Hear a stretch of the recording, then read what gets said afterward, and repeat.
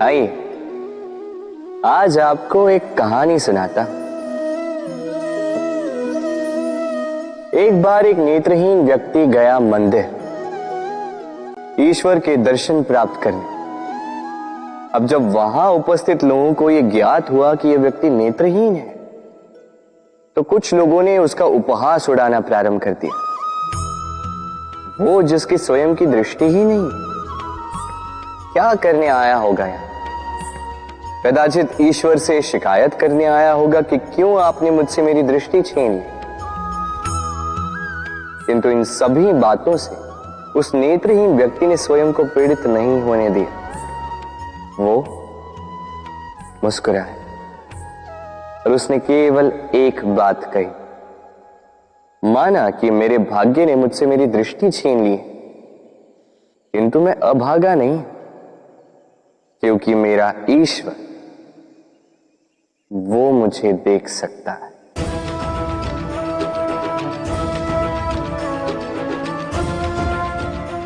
स्मरण रखिएगा, दृष्टि नहीं दृष्टिकोण आवश्यक है। यदि आपका दृष्टिकोण शुभ हो तो अशुभ में भी शुभ स्वयं दिखने लगता है और मन प्रसन्न होकर कहता, राधे राधे। क्रोध एक ऐसी स्थिति जिसमें जीभ मन से अधिक गति से कार्य करती है। लालच वो मनस्थिति जिसमें स्वार्थ करुणा से अधिक गति से कार्य करता है।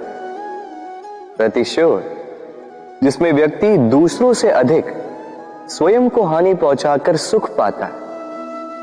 और ईर्ष्या जिसमें व्यक्ति स्वयं के अस्तित्व को ही खो बैठता है, कुछ और ही बन जाता है। दूसरी ओर आनंद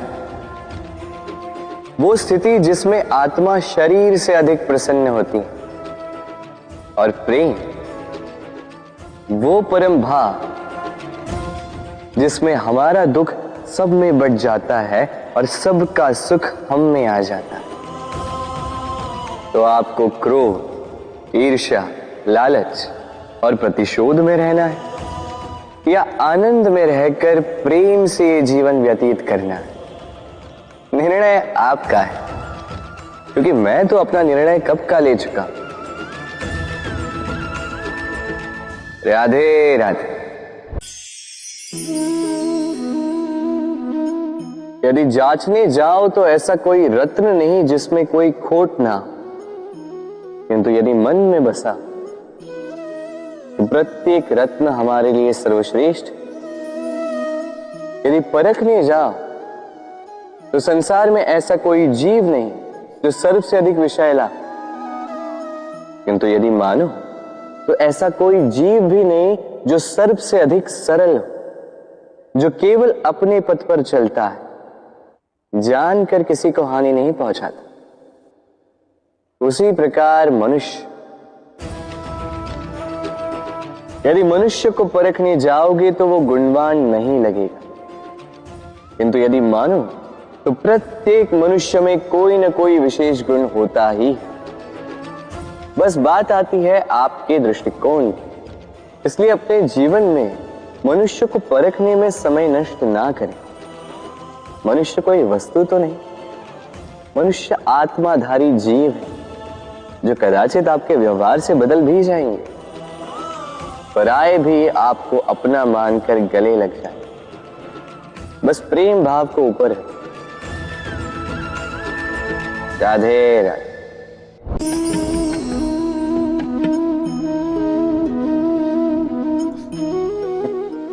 इस पात्र का महत्व हमारे जीवन में हम भली भांति जानते हैं। गर्मी की ऋतु में ये हमारी प्यास बुझाता है, शीतल जल को जैसे अमृत बनाकर हम तक सौंपता है। किंतु इस पात्र को बनाया कैसे जाता है? क्या इस प्रक्रिया के विषय में आपको ज्ञात है?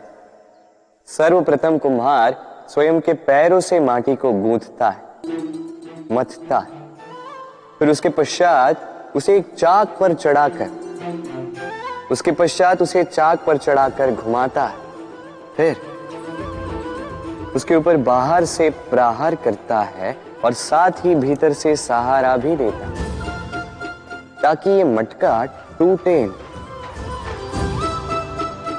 फिर अपनी ही बनाई रचना को जलती हुई भट्टी में छोड़ देता है तपने के लिए, और उसके पश्चात शीतल जल देने वाला ये पात्र हमें प्राप्त होता है।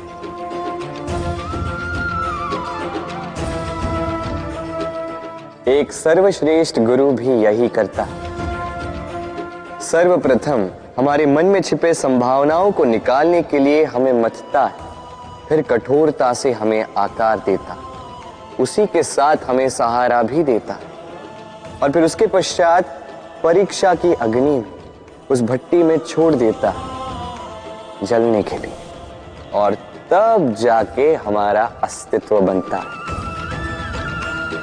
इसलिए यदि आपके गुरु कठोर हो तो उनसे कुपित ना हुई, उनसे क्रोधित ना हुई, क्योंकि वही वो कुम्हार है जो आपके जीवन के पात्र को एक सुंदर सा आकार देंगे। राधे राधे। जीवन में जैसे जैसे आप आगे बढ़ते हैं वैसे आप कई लोगों से मिलते हैं।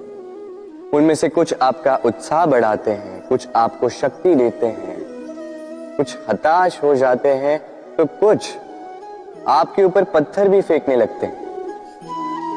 ऐसे में हम में से अधिकतर लोग क्या करते हैं? दूसरों के कर्मों के कारण स्वयं विचलित हो जाते हैं, क्रोधित हो जाते हैं उन पर, उनसे लड़ते हैं, उन्हें कोसते हैं, प्रतिशोध की भावना लेकर उन्हीं के फेंके हुए पत्थर पुनः उन्हीं के पास फेंकने का प्रयास करते हैं। किंतु इससे होता क्या है? यह है आपका लक्ष्य, यह है आपकी राह।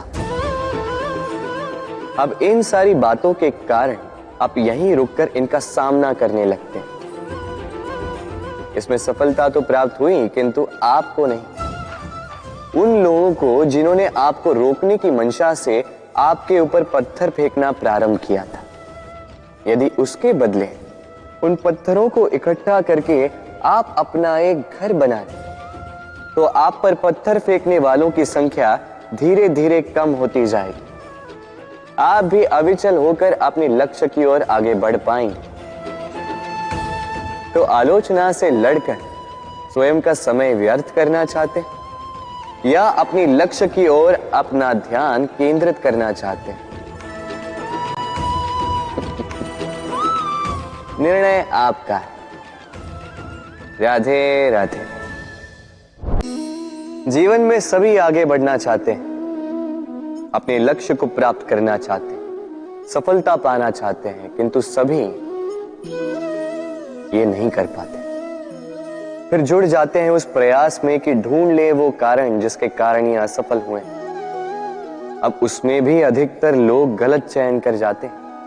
अब यदि इस बात को मैं आपको विस्तार में समझाऊं तो बात कुछ यूं है, यदि मेरे दांतों में पीड़ा है तो पेट दर्द का काढ़ा पीने से कुछ नहीं होगा। यदि नींव में समस्या है तो मैं शिखर को कितना भी सजा लूं, भवन तो गिरेगा।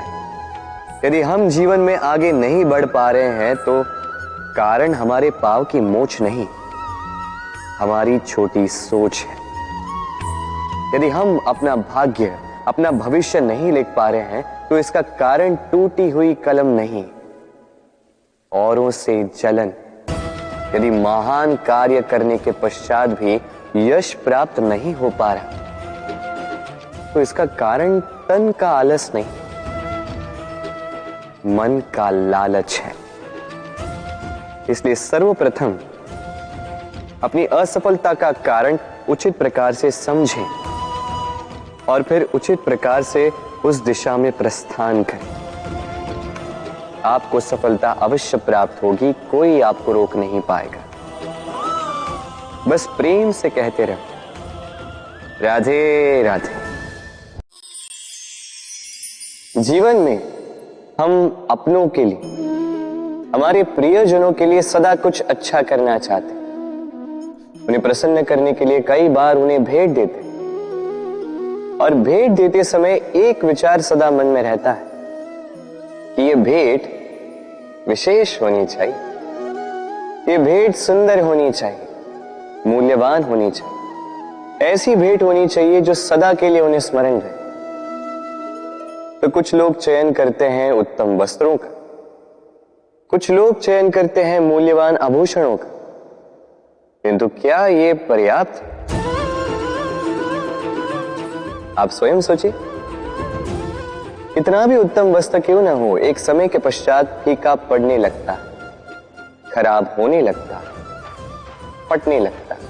मूल्यवान आभूषण भी कभी न कभी चुरा लिए जा सकते, सदा के लिए उन्हीं के साथ रहेंगे ये कदाचित संभव नहीं। तो फिर ऐसा क्या उन्हें दिया जाए जो सदा के लिए उनके साथ रहे? उत्तर है अच्छा समय। यदि आप किसी को उत्तम भेंट देना चाहते हैं तो उनके साथ उत्तम समय व्यतीत कीजिए, क्योंकि जैसे जैसे समय व्यतीत होता जाएगा ये पुराना नहीं होगा, ये सदा मन में जीवित रहेगा, और उन मुस्कुराहट के पलों को ना कोई उनसे छीन पाएगा ना ही चुरा पाएगा। तो आनंद के साथ समय व्यतीत करें और प्रेम से कहें राधे राधे। जीवन में कभी कभी आपने क्या पा लिया, उससे भी अधिक महत्वपूर्ण यह है कि आपने क्या त्याग दिया। किंतु किन किन बातों से सावधान रहा जाए, ध्यान से सुनिएगा। जीवन में जब भी आप अपना लक्ष्य चुनो तो भ्रम से सावधान रहिए, क्योंकि वो आपके लक्ष्य को भटका देगा। जब यात्रा करो तो आलस्य से सावधान रहिएगा, क्योंकि वो आपको आपकी यात्रा पूर्ण करने देगा नहीं। जब भी न्याय करो तो मित्रों से सावधान रहिएगा, क्योंकि वो आपकी न्याय करने की शक्ति को दुर्बल बना देता। जब भी सफलता प्राप्त करो घमंड से सावधान रहिएगा, क्योंकि वो आपकी सफलता को अधिक समय के लिए आपके पास टिकने देगा नहीं। और जब भी प्रेम करो स्वयं से सावधान रहिएगा, क्योंकि मैं आपको कभी हम बनने नहीं देगा। राधे।